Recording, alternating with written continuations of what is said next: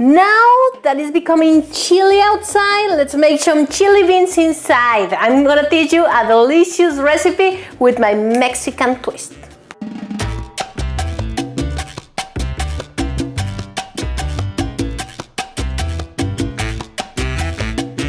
Hello, bienvenido a mi casa, que es tu casa. I'm very happy to be here with you cooking together. My name is Laura and this is Spicy Latina Mom. And today we're making some chili. I love chili and more when it becomes cold outside. It's a delicious plate and today we're gonna make it the vegan way. So I have some beans over here and I just put them in water. I just soaked them in water and left them there resting for about 4 hours. Let them rest in water as much as you can because that is gonna help you to cook them faster. Actually, if you can leave them overnight, that'd be much better. So I'm gonna put my beans over here. I put 2 cups of beans and 4 cups of water to soak them. And now I'm gonna put them here and I'm gonna add 4 cups of water per each cup of beans. And also, to give some flavor to my beans, I'm gonna add some piece of onion, garlic clove, and some salt to taste. And we're gonna leave them cooking. If you let them soaking for a while, it's gonna be easier. It's gonna take you about 1 hour and 20 minutes. Otherwise, they might take 2 hours, up to 2 hours, okay? So let's cook them. I have 6 guajillo chili over here. I'm just getting rid of the tails. I'm gonna leave the seeds inside. And I have some boiling water here. I turn the heat off because you don't wanna cook the chili. All you wanna do is just to soak them there so they can hydrate and we can get the pulp from this guajillo. So I'm just gonna leave it here. Just make sure that they are soaking well. Actually, if you have like a plate or something that you can put on top so they stay in the water, that'd be much better. In the meantime, we are gonna work with our vegan veggies. I'm using textured soy.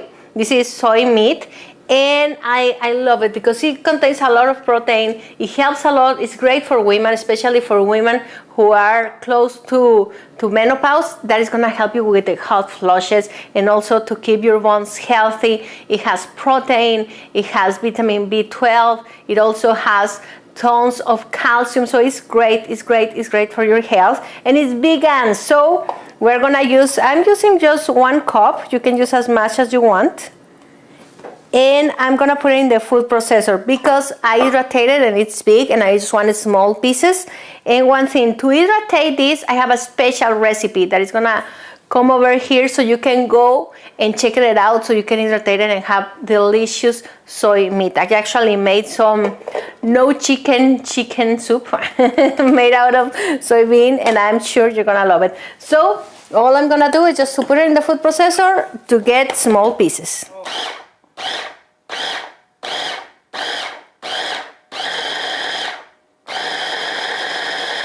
I'm soaking my chilies over here, but we will continue with the recipe. So I have medium heat over here. I teach you how to cook with no fat, so I actually have nothing in here. I'm just gonna add my soy in here, and we are gonna kind of cook the soy with some garlic and as well with some onion and tomato.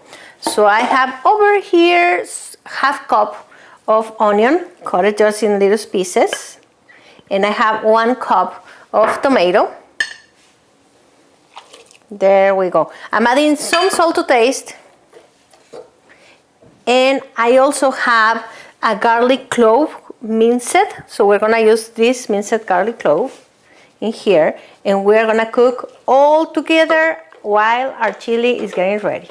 After 5 minutes, my guajillo is ready. I'm just gonna put it over here. You can put it in the blender. I'm gonna add 1 tomato cut in little pieces, 1 garlic clove, 1 teaspoon of oregano, half a teaspoon of cumin, and also I'm gonna add a little of the water that I used to put the guajillo.